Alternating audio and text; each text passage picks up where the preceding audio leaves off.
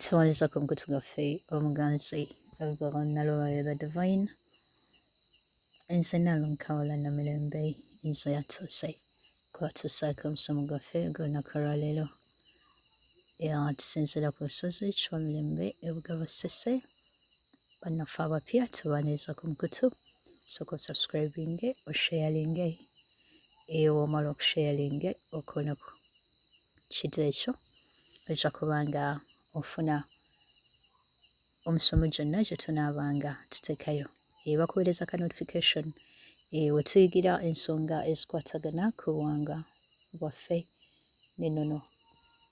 Bannaffe abeekumita ku mukutu mbeebaza nnyo okwekumira ku mukutu gwaffe guno, abatulekerayo comments zammwe, nammwe bannaffe abalekayo ebibuuzo eby'enjawulo, mwebale kusoma, mwebale kwagala buwangwa bwammwe.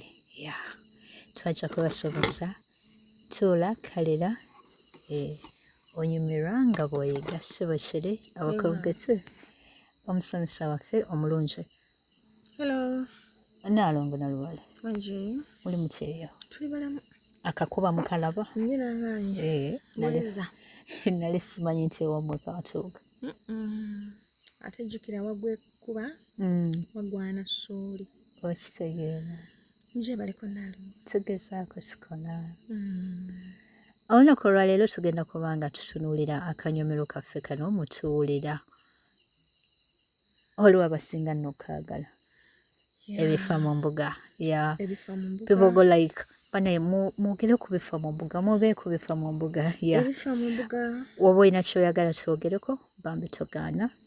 Kiteeke wansi awo ogambe nti ggwe olina ekyakutuukako, kyali bwe kiti ne bwe kiti, sharingako naffe. Why not? Tutajjako yigirako. Tugenda kuba nga tutunuulira biki ebisabibwa mu mbuga.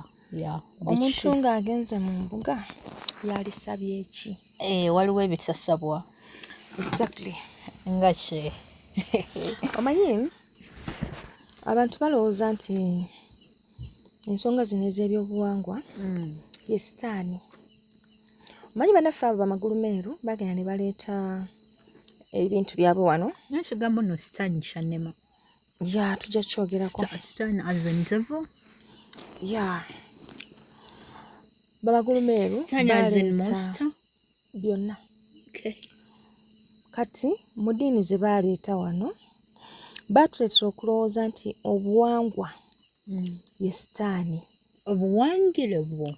Ye sitaani. Mwe bakuwangira? Ye sitaani. Abo batewakwatagana naawe kennyini akikkiririzaamu.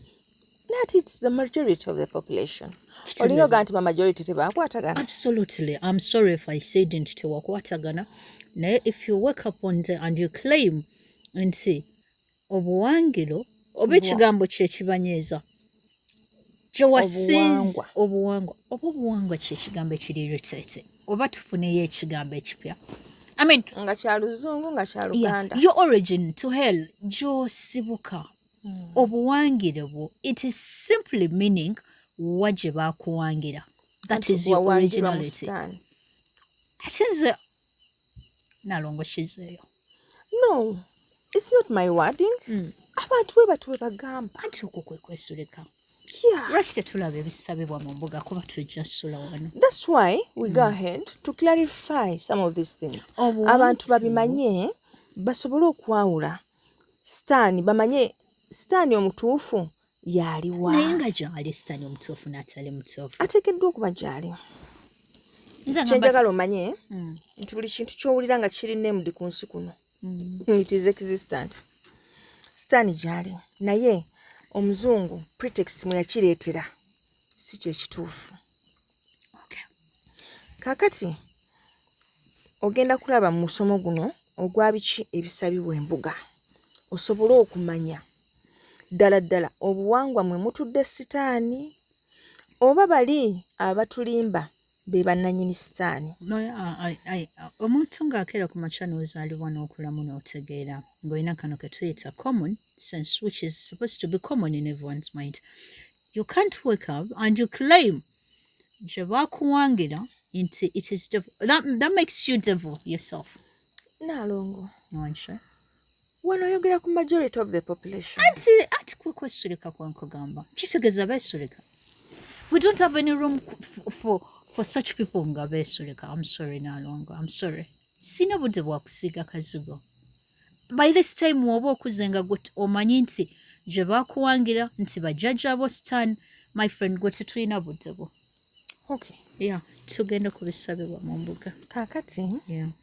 ekituufu bwe tugenda embuga tugenda kusaba birungi. Okay. Bye twagala bitutuukeko. Okay.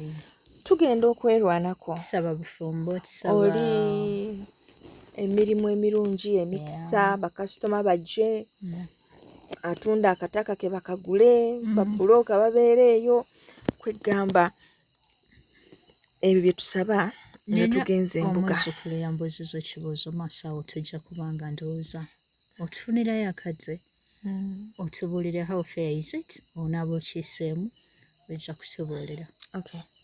Kaakati abantu bagenda embuga okusaba ezzadde, bagenda embuga okusaba obulamu.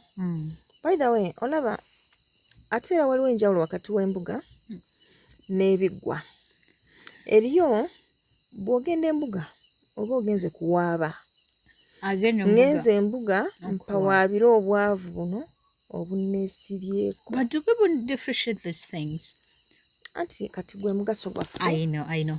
Okubalaga. Naye ndowooza mu episodes zaffe eziri ku mukutu twasomako ku musomo gw'okwasagana ku mbuga embiri ez'ensonga twaziyitamuko. Ya woba tomanyi embuga, woba toyawula lubiri, oddayoko mu butambi obwo ojja kubanga omanya. Kati Ekiggwa obuzibu bwe tulina ye muntu agenda embuga n'atandika okusabira obubi banne. Anti baba baamunyiiza. No, mu mbuga mubaamu omulamuzi. Omulamuzi oyo ye jjajja oli ajja kujja oba n'akola ki? N'alamula ensonga. Wakati ng'omumanyi oba nga tomumanyi ye abeerawo okulamula ki?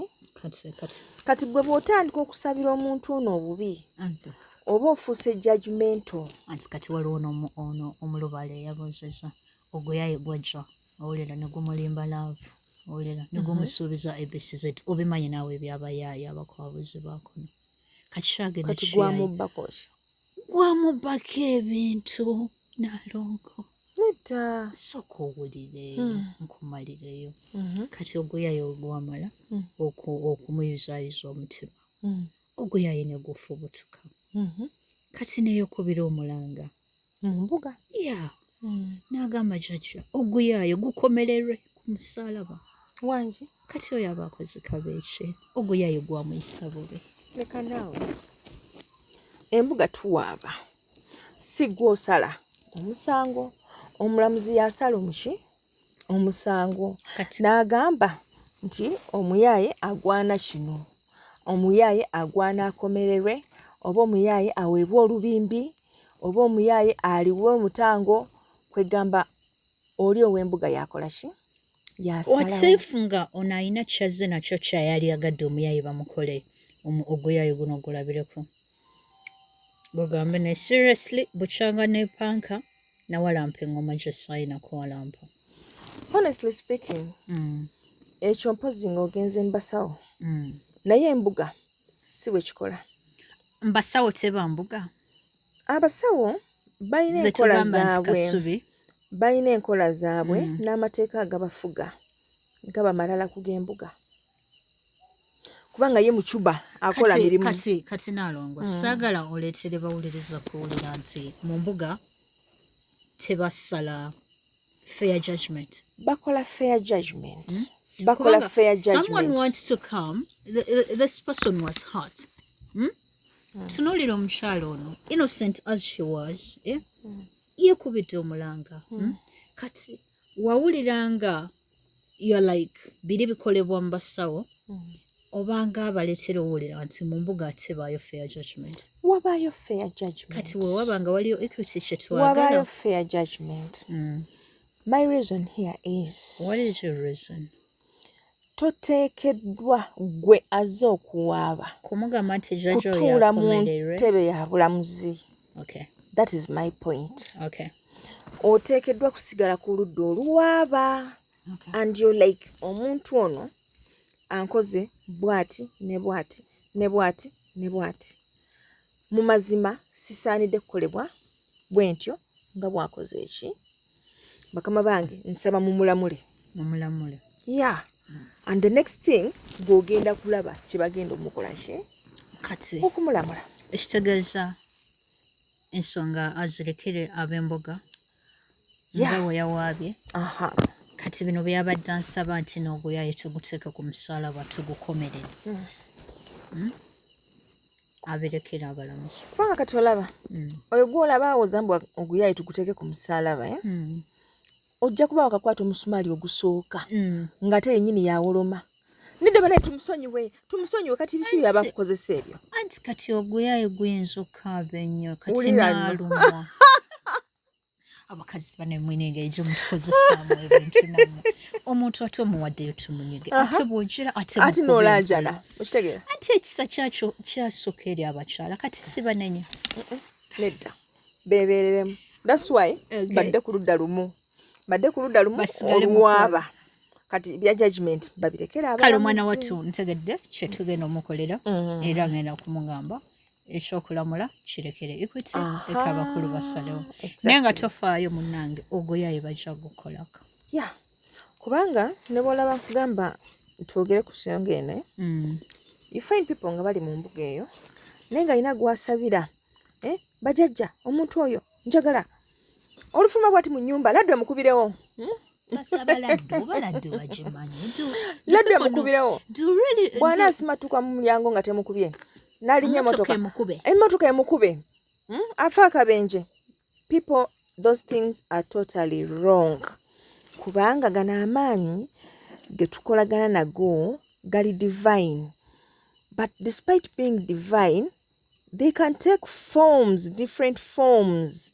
Tetwagala gatunuza into negative energy in such a way. Tetwagala bukyenkya nga gafuuse negative kubanga naffe tuba tetusobola gamanaginga. That's why olina okwecontrollinga ng'osaba amaanyi gaffe ago kiki ky'oyagala, or else singa galemerera okukikola eyo gye galina okukikola ate kiyinza okufundikira nga kiri ku ggwe munnange. So kubanga olaba ffe abantu we have this tendency sometimes really tubeera bakyamu naye nga tetwagala kulaba bukyamu bwaffe. Kati nodda ku muntu ono n'omuteekako olukongolo n'omuwayiriza bingi nejjukire no mu mbuga gy'oli omuntu oli tajja kusobola kumanya kujja nti oba yeewozeeko oba yeerwaneko owulidde. Naye bajajjammwe batuula ab'oludda oluwaabi n'oluwawaabirwa then n'oluno olulamuzi. So bwe bamala okutuula ne batunula mu nsonga bajajja booli gw'owawaabira nabo ne bawooza ku lwa muzzukulu waabwe. Kati naawe ababo ne babeerawo n'ababo ne babeerawo ku lulwo. Kakati okuwoza ne kutandika ensonga ne zitunulwamu and eventually ekibonerezo ne kiteekebwawo nga kyo kyakutuukawo. Era naawe gy'oli n'ogamba kyamulyose n'alyoka nkola bwati ne bwati yalyose. Okay? Naye nga forgiving is another point gy'oba olina oconsideringa especially eri abantu bano b'obawaabira. Kino ekintu kino it's so hurting naddala eri abakyala. Nze kimbobya omutwe simanyi oba one day buli kyenkya nga abakyala bakitegedde. You find this woman azadde mu musajja ono abaana ne bw'aba omu ne baba babiri ne baba basatu. Honestly speaking azadde mu musajja ono abaana bano tebagenda keera nkya basiizinge kubeera ba mwami ono gw'abazaddemu. Naye olw'okuba bafunye obutakkaanya neesanga nga alina okwawukana n'omusajja ono ali ku musajja amusiraanya, ali mu mbuga amusabira asiraane naye nga ate yalina okulabirira abaana be be yamulekedde. So neweesanga nga it really doesn't make sense. Kati singa abantu nga bano baba balina ebbeetu erisalawo ebintu ng'ebyo nga tebali checked, tuyinza okwesanga nga tuli mu buzibu obuyitirivu okukamala. That's why mbakubiriza bannange, bw'ogenda embuga waaba omusango, yogera ne bajjajja bagambe nti omuntu oyo yankola bw'ati ne bw'ati ne bw'ati ne bw'ati. Mazima zaali ntuuyo zange, ennyumba enagizimba mu ntuuyo zange, weewaawo twali tukolagana naye ng'era tukolera wamu, naleeta naye n'aleeta, naye teyali neefuulidde kutuuka kunsuula bweru, owulidde. So bo balamule according to what ky'osaba, owulidde. Kati there instances lw'ogenda ogamba tinagera ne mbisaba nga tebyakola kubanga akakiiko akalamuzi kaakitunulamu ng'omuntu gw'osabira asiraane ayina abaana bo, ye taata w'abaana bo. Kati ate nga n'eyo ennyumba gy'okaayanira omusajja talina nanteekateeka zigamba nti oba wasizeemu omukazi omulala, ng'ennyumba egenda kusigala nga y'abaana bo. Kati awo ojja kwesanga nga bayinza obutabaako kinene kye bamukola just because gwe olina ky'otolaba, bo tekibakozesa nsobi. Kale tulina okuba beegendereza nga tugenze mu bifo eno awasabirwa, kubanga buli lw'osaba ekibi munnange kitambula ate kimala ne kikuddira naawe ne kikutuukako. So please be conscious nga musaba nga mugenze embuga. Bw'olaba nga tomanyi byakusaba, loopa buloopi nsongayo, then gwe balekera obuyinza bo bakusalirewo, kubanga baba bamanyi ekirungi gy'oli n'ekitali kirungi gy'okola ki gy'oli. Okay? Saagala mulowooze mbu olw'okubanga bagamba mbu bajjajjaffe sitaani n'olwekyo you're going to take your evil deeds. No. Gano amaanyi gali holy, gali divine, era gasala mazima na bwenkanya. So if you put there any reason, sooka weetunulemu naawe weebuuze, nze ntuukiridde mu nsonga eno bwe tuba tutudde okuwoza ddala omuntu ono osobola omumusinga? Bw'olaba nga naawe olina loopholes, my dear, linnya ku kyawakati, sooka okiweemu obudde. Oba si kyo, loopa buloopi, bo balabe wa wayinza okubeera obwenkanya, naawe obunaakusanyusa ng'omuntu ogambe nti saaloopera bwereere, era kale baamukwatamuko n'akkakkana okusinziira bwe yakola ki? Bwe yali oba bwe yampisa. Si weewaawo. Kale bannange tubaagala nnyo, tugambye tugende mu mbuga tusabe ebirungi bye twagala, twetaaseko embeera embi, twerwaneko, tetusabira bajja baffe bizibu, tetusabira baana baffe bizibu, kwegamba ffe tufube kulaba nga twerongoosa, tubeera balungi, ebisigadde Katonda ajja bikwasaganya nga bwe biteekeddwa okubeera. Si weewaawo. Kale akuume atakuumira mpeera. Weewaawo.